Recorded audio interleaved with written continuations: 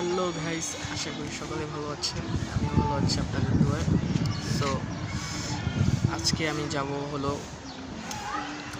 গরু কিনতে। তো আপনাকে সব কিছুর ডিটেলস দেখাবো, কীভাবে আমরা কিনি গরু।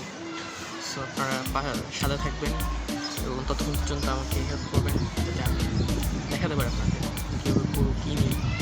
সব ডিটেলস দেখাবো, মানে হাটের অবস্থা সব কিছু দেখাবো ইনশাআল্লাহ।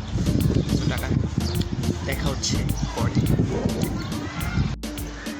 তো ভিউয়ার্স, গোসল করে ফ্রেশ হলো, এখন যাবো আমরা গরু আনতে। সো সাথে থাকেন, হাটে দেখা হচ্ছে। বাই।